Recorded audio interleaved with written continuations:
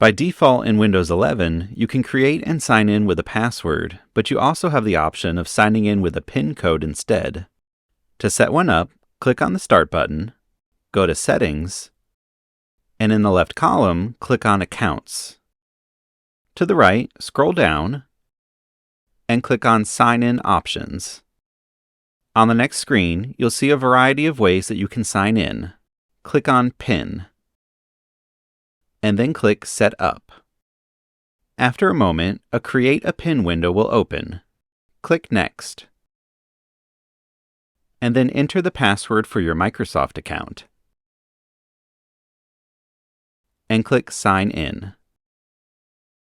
After a moment, you'll be asked to enter the PIN that you want to use.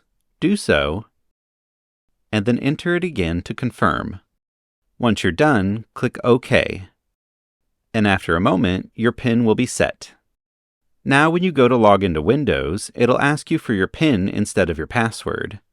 If you still want to enter your password, you can. Just click Sign In Options, and then click the Password button.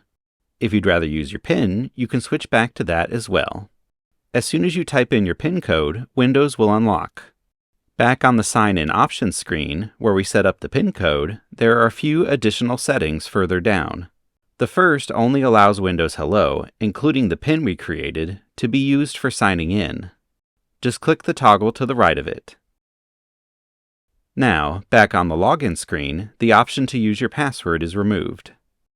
If you have any questions, you can always visit the Acer community or our Acer support site, and don't forget to subscribe.